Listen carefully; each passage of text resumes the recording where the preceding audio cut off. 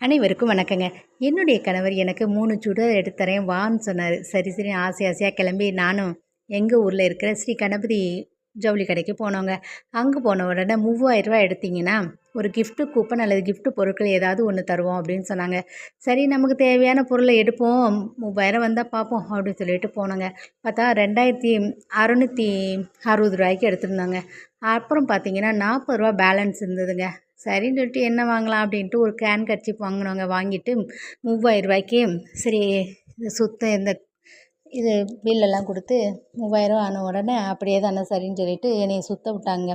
சுற்றுனா நல்ல வேகமாக சுற்றுங்க அப்படின்னாங்க. நான் சுற்றுறேன்னு சொல்லிட்டு சுற்றுனா 2வது ரவுண்டே ஸ்லோவாயிடுச்சுங்க.